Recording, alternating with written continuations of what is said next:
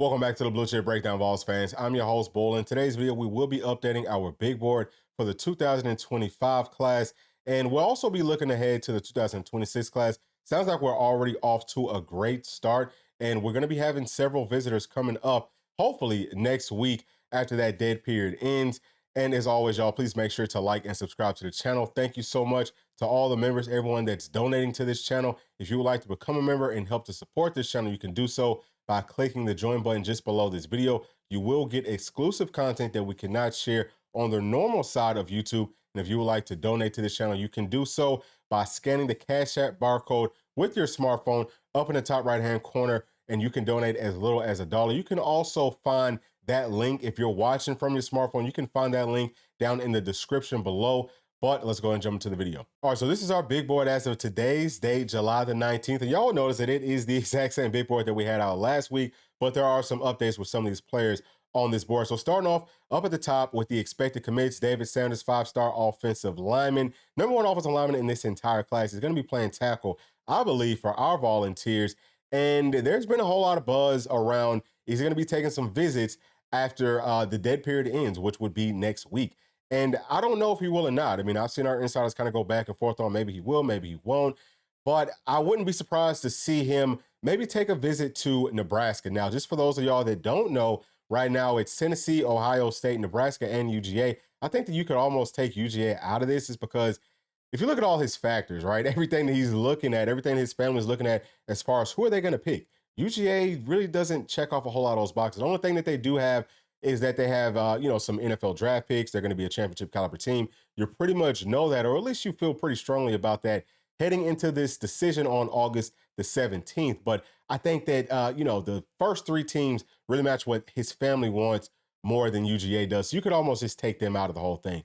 I still feel really good about our Volunteers, but again, I think that if he does decide to take some unofficial visits next weekend, it's going to be starting off with Nebraska because he's only visited them once as far as I know. I also feel a little bit iffy about maybe Nebraska's a little bit higher up on his list than people are giving him credit for, because they did visit over Mother's Day. And we all know that these players are going to be leaning on their moms a lot to make these decisions. So maybe she feels nostalgic about that visit. Maybe things went very well. I'm sure that Nebraska treated her and the family well. And they're also going to, I think, be able to check off all of those boxes that they're looking for.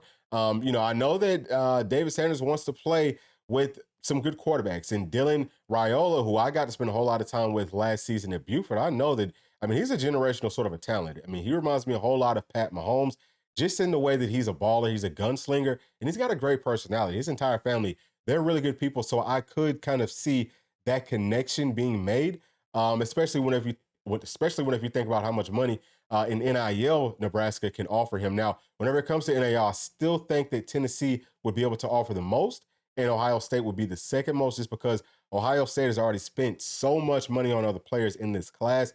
So that gives us a pretty good edge. Obviously, he's visited Tennessee more times. He's very close with our quarterback room, especially GMAC. But if you think about it, he's a guy that I feel like could come in and start somewhere on this offensive line as a true freshman. I'm thinking maybe right tackle on the opposite side of a Lance Hurd. All of a sudden, the offensive line just looks great, right? But he can play with the Nico Iamaleava in his send-off season, and he can also play with either a Jake Merklinger, who's a very good quarterback, or a GMAC, and maybe even a Faison Brandon. So, and also Faison is from like the same area that David Sanders is from. So I think that all those things are kind of working in our favor. I feel good about it. But again, if there is a team that I feel like has an outside-in shot, it's definitely Nebraska. At this point, I would say that they might worry me a little bit more, as crazy as this sounds, than Ohio State does. Now, on to the next player. We have Shady Hayward, who is a 4-star safety / linebacker hybrid. I've got him as more of a safety because I do feel like we are going to be landing some linebackers in this class, but he's a huge, he's a huge player on this board just because we don't have any linebackers already committed in this class. And the simple fact that he can do both, right? Like, we know that we really want to have some great safeties, some blue chip caliber safeties. I think he's got a great shot to start and play early inside of this defense. So that really bodes well for us. I still feel like he is soundly committed to our Volunteers, y'all. I've said that for a while, but we've got to get all the way to July the 27th and see what he's going to do, because you never know how things can change over the course of these next couple of weeks. Now, he is also expected to be visiting our Volunteers after this dead period ends. So that's huge. Something else that I did not mention about David Sanders is that, every single program that is in his Final Four has said, hey, listen, if you are going to be visiting any programs after this dead period ends at the end of July, then we want to be one of those visits. I think his family might be starting to get tired of all these visits. Maybe they would feel sort of obligated to have to visit everyone if they want to visit one, like in Nebraska, let's say. And maybe they say, we're just not going to visit anybody. I could also see that happening. I think that would be great for our Vols, but at the same time, if he does take more visits, I feel confident with that as well, because we're going to remind him why Tennessee has been his number one school for such a long time. But Shady Hayward, I am expecting for him to be choosing our Volunteers on July the 27th. Now, the next player is going to be Jaden Politi, who is a 4-star linebacker. We talked about him taking a big bump down in On3's ratings for whatever reason, a whole lot of politics involved in that. Been a long time commit to UGA, kind of flirted around with Florida State before. Now he's flirting around with our Volunteers.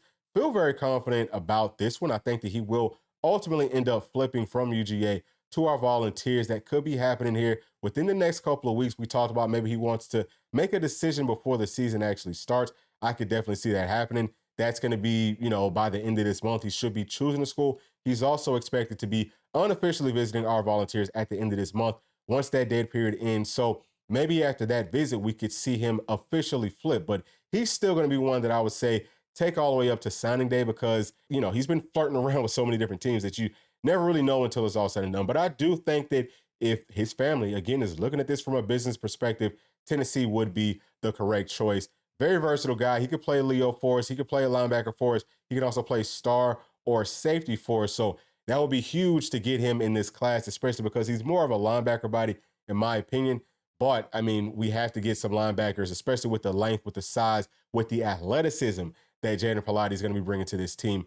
That's going to be huge. Anytime that we can beat out UGA for any players, that's big. We already beat them out last weekend for Travis Smith. We're thinking that we're going to be beating them out for the next player, who I'm going to be talking about here in just a second, Christian Gass. And then, Shady Hayward would be another one on the 27th.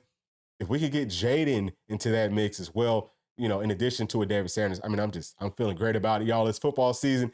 It's time to start rocking and rolling. But let's move on to the next player, who is Christian Gass, another 4-star linebacker that's very versatile. He can also play Leo for us. And I think that he wants to play a good bit of both. And Coach Chop sounds like he's been instrumental in hopefully being able to land Christian Gass. We'll talk about Coach Chop here some more in just a second. But Christian Gass, about 6'3", 215 pounds, from Georgia, like we talked about. We are competing versus Georgia in this one.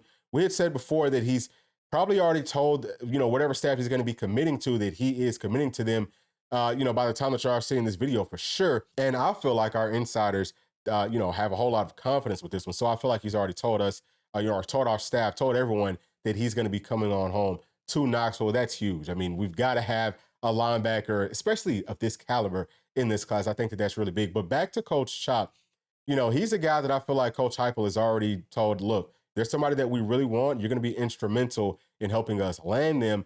And I feel like the entire country is going to start to take notice of Coach Chop, especially after this cycle. They'll probably see, hey, he's been working on pretty much all of the blue chip guys that Tennessee has got. And people are going to start to come after him. Now, our insiders have said before that Coach Chop is a guy that we're going to have to kind of upgrade his title or something for him to be able to stick around for us. Now, Coach G is the D-line coach for us. Coach Chop also coaches D-line, and so does Coach Ayers. So how do you figure out a way to keep him around without Coach Garner, hanging things up, which we don't want to happen? I think we can get creative with that. Maybe we can make him like our GM or whatever you want to call it, something. He can be the head of recruiting, which in today's college football, that's a major, major title. And hopefully that will be enough to entice him to stick around. But he's done a phenomenal job with this team. I just wanted to point that out for everyone that does not already know about Coach Chop. He is by far the number one recruiter, I believe, on this staff. Now, the next player is going to be Onis Conabanny, who is a 4-star cornerback. He's from South Carolina. I think he's originally from London or something like that. Anyway, I feel pretty good about this one. We are still expecting for him to be a commit in this class. Love his length. I also really like his versatility, but whenever you talk about a cornerback that can come out and play man-to-man coverage, which I think this staff wants to kind of move more towards, he can most definitely do that. But I have seen a couple of things on X that made me question, hey, Is he going to be going on to Florida State, which is a team that he's been flirting around with before? But he did kind of retweet something that, made me think, I don't know. But Florida State is still our toughest competition. And he is still expected to be announcing in the middle of August. Now on to the possible commits, starting off with Josh Petty. There's some things that have been shaken up right here, okay? We talked before about him being a longtime Tennessee fan, but Florida State might be the front runner just because his sister goes there. Now, I've heard some insiders come out and say that they would not be surprised to see him come out and take a couple of visits, or at least one big, unexpected visit next week to a school that comes way out of left field. He is expected to be announcing on August the 12th. And what kind of threw me for a loop was seeing Ohio State mentioned, in his final 4 or 5, whatever. And if that is the case, maybe that's who he's going to be visiting. And that right there could also have some implications on what does David Sanders do, because him and, Josh Petty have talked about maybe playing together on the next level. That would be maybe some more cause for concern. Maybe Ohio State would be the front runner for David Sanders. But there's a whole lot that kind of goes into this. We will see what happens. I still feel like Tennessee has a little bit more of an outside in sort of a shot, but you never know what's going to happen. I think that just the simple fact that he's not as solid to Florida State as far as some of the insiders are saying as we had kind of, originally thought, I think that does play very well into Tennessee's hands. If it's anybody's ball game, I mean, we're going to find a way to land him if he's somebody that we really want. And I could not imagine the staff not really wanting to go out and get a 5-star caliber offensive lineman that could play anywhere on the line to add to this class. I think that would be huge. Now, the next player is going to be Deshaun Brain. We talked before about him committing to Oregon and potentially coming up to visit our Volunteers in the fall, for a game, maybe that Alabama week, right? The third Saturday in October. But now we're hearing that things could be moving a little bit quicker. How much more quickly, I don't know. But that's kind of where I was at mentally. I'm like, okay, well, if you're already thinking about flipping, why wait until the season starts to come and visit us for a game? If you like us that much, why not just come up maybe, after the dead period ends, see us again, and maybe just go ahead and flip back to our Volunteers? That would make the most sense to me. That's kind of what I was thinking behind the scenes quietly. But we'll see what happens. I think that ultimately he does end up in this class. I mean, obviously, he's going to be a very good player, and just adding him to a guy like Jack Van Dorsalier, to a position group that before we just did not have enough tight ends. Now we might end up having too many, especially as we look towards the 2026 class. Now, on to the next player, Juan Gaston, 4-star offensive tackle, also offensive guard. I think that on 3 switched him to an interior offensive line, but he could play pretty much anywhere on the offensive line. I think maybe outside of center, but maybe he can do that too. He's a really good player, still expected to be announcing on August the 2nd. And I don't know exactly where he's going to go. Maybe you could lean towards UGA. Maybe you could lean towards Oregon. Maybe you could even lean towards our Volunteers. But we're going to keep a close eye out on that. There's not too many updates with him. He just doesn't talk very much, it sounds like, to any of the insiders. But, I mean, we'd love to add him to this class. I mean, just imagine if we add David Sanders and Josh Petty and Juan Gaston to this class all of a sudden. I mean, dude, like, listen, one of the best offensive line hauls of all time. I mean, that's a whole lot of great players to go along with what we already have committed in this class.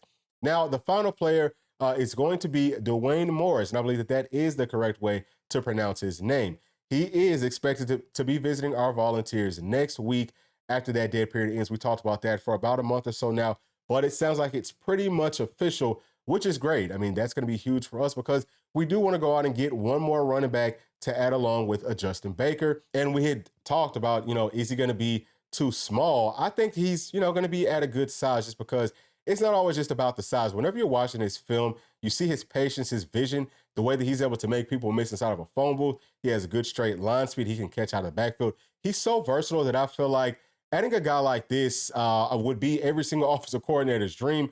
And I'm not going to call Coach Heupel an offensive-minded guy. He's already come on and said that he doesn't like that. But Coach Halsley would definitely love to add a player like this, and obviously our entire staff would as well. But, that would be huge. I think that he will ultimately end up in this class and flip into our Volunteers. I would love to see him take a bump up in those ratings. He just looks a lot better than a 3-star caliber player. There's a lot of times we're looking at On 3, some of these other sites. What are you doing? What are you thinking with some of these ratings? Maybe they just couldn't decide on, is he more of a running back? Is he more of a wide receiver? Is he more of a secondary piece? Maybe they just don't know, how to grade him because he's so versatile. but I would think that that should bump him up because, man, he's good at so many different things. So he's, more of a can't miss sort of a player. But anyway, I'm going to digress on that. Let's go ahead and flip the page to our 2026 visitors for next week. And we're going to be starting off with the defensive side of the ball. Again, these are all the players that we are expecting to be unofficially visiting our Volunteers next week once that dead period ends. And obviously, this is just taking a look ahead and seeing what's the most important to this staff. Now, just because this list looks a certain way doesn't necessarily mean that everyone that we went out and said, hey, will you come up and visit, is going to be on this list. So you don't get a full idea of exactly who we're targeting, but you can get a pretty solid idea. So just wanted to put that caveat out there. We see that we are targeting a lot of linebackers. There's 5 right here on this board, several blue chip caliber players, and they're coming from different areas. That's something else that I noticed just with looking at this list. Okay, now we don't know for sure that all these guys will be visiting, but these are the people that we are expecting, at least our insiders are expecting to be visiting us at some point next week. But you have to love the way that this list looks. Now, on down to the defensive ends, right? These are the pass rushers. You're seeing the same thing here, right? There's 5 of them, and these are guys that can definitely get after the quarterback. I've watched some of their film. I haven't seen everyone's just yet, but I love this, just the caliber of player that we're going out and targeting. Again, we're seeing several, blue chip caliber players, 4 stars, 5 stars. So that should make you feel really good. We only have one defensive tackle that could be a potential visitor. I think that we'll definitely be targeting that position a lot in this class just because, we went after it, a lot in 2025, but in 2026, it will still be a place that we want to add some more depth. We just don't see a whole lot on this list, but I do love what we have right here. This is a guy from the Midwest who has a beautiful film, especially whenever you're talking about an interior defensive lineman. Now on to the secondary. We're seeing a cornerback, and he doesn't have a whole lot right here just because there's not a whole lot according to On3. He is from Ohio, and I don't know how big he is. I don't know what he's rated at this point, but I know that if our staff is targeting him, he's probably, close to 6 feet tall, if not taller, and he's going to have some long arms, and he's going to be a really good athlete. So I'm looking forward to officially being able to see his film and all that good stuff. Now, we also have a really good safety right here that we are expecting to visit us. So it just looks like the staff gets it. There's actually more players on defense than there is on offense. So let's go ahead and flip the page to the offense. And what we're seeing right up at the top is Faison Brandon, who is still expected to be announcing on August the 3rd. So it's going to be huge if he does end up visiting our Volunteers before he does announce. Now, there's been some speculation on will he also visit Alabama, who I feel like is probably, the closest to Tennessee, but you can't really count out LSU. So, I still think that we're in a great spot, but that's going to be one for us to keep a very close eye out on over the next, couple of weeks or so before he does announce. But he's another one that is from that Charlotte area, like we talked about before. There's a lot of players that y'all, I'm sure, have noticed, and I wanted to make sure that I did put where each player is from on these lists, just so that y'all can see, man, look, North Carolina is a place that Tennessee is recruiting very, very heavily. That's where James Pierce is from. That's where Jalen Wright was from. A lot of our, I would say, higher end talent comes from North Carolina, and just feels like, man, they're trending up so much. They actually remind me a lot of Georgia, I would say maybe 10 years ago, right? Like this is how Georgia started to trend before Georgia really turned into a national powerhouse, whenever it comes to things like this, at least as far as people understand, because a lot of folks still think it's just California, Texas, and Florida, but Georgia really is number 1 right now. I would say that North Carolina is definitely top 5 at this point moving forward. So I just love the simple fact that the staff went ahead and figured that out early, right? Like we went on ahead and got our footprint out there in North Carolina in all those hot spots very early. And now we're sitting in a great position with several players from North Carolina. Everyone's not going to be mentioned just on who we believe will be visiting us next week. So I just want to throw that out there. Now, we also have 5 wide receivers that we're expected to be coming up next week. That's huge. We know that the wide receiver, room is going to be getting a lot lighter because if guys come out and ball this season, then most of them are going to be gone, right? We've got several upperclassmen this year, but we've got to be able to reload, and it just looks like the staff, again, is ahead of that curve. Now on down to offensive tackle. There's just one right here, and he is from Tennessee. Feel really good about us being able to land him. I think he's going to take a big bump forward in the ratings before it's all said and done. And then we have one tight end as well as also from Tennessee. And, he's probably going to be committing to our Volunteers. Now, I don't know how many tight ends we would take in this class. There's at least 2 that are very, very high caliber. Might be like number 1 and number 2 whenever it's all said and done in the 26 class that Tennessee is at least in the top 3, 4 at this point, as far as I'm concerned.